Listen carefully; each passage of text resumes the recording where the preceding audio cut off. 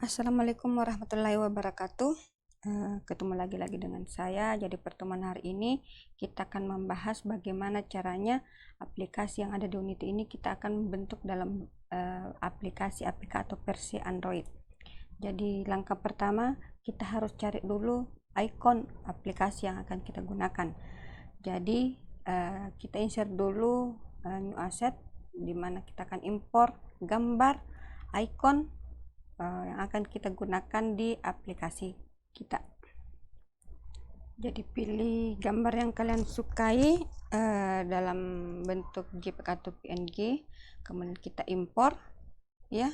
Setelah itu sudah masuk, di bagiannya kita masuk ke build settingnya ya, kita pilih versi Android, kemudian kita lakukan konfigurasi yang sesuai pernah kita lakukan di build setting pada tutorial yang pertama atau pada materi yang sebelumnya, itu yang build setting yang kita mengatur dalam versi Android dan tampilan landscape-nya sampai versi Android yang mau kita gunakan. Jadi kita sudah lihat kita menggunakan icon aplikasi dalam bentuk gambar bola dunia ya. Jadi resolusinya seperti bentuknya landscape. Kemudian biasa kalau kita mau pakai kursornya juga bisa diberikan gambar. Kemudian identifikasinya seperti biasanya kita klik dengan versi Android yang terendah. Kemudian kita masuk ke bagian scan-nya ya. Nah, itu scan-nya yang kalian sudah buat sebelumnya di tugas kalian sebelumnya. Jadi di sini saya air bola dunia ya, yang versi Unity-nya kita tambahkan scan-nya, kemudian add karat, baru kita buat scan yang telah dibuat bisa beberapa. Sini kita aktifkan, kemudian kita build aplikasi dalam bentuk versi Android. Jadi kalau misalnya dalam aplikasi kalian yang, karena saya masih menggunakan Unity 5.x ke bawah, jadi saya harus menginstal Android SDK-nya sendiri. Tapi kalau misalnya kalian menggunakan versi 2018 ke atas, itu Android SDK-nya itu sudah include dengan Unity-nya.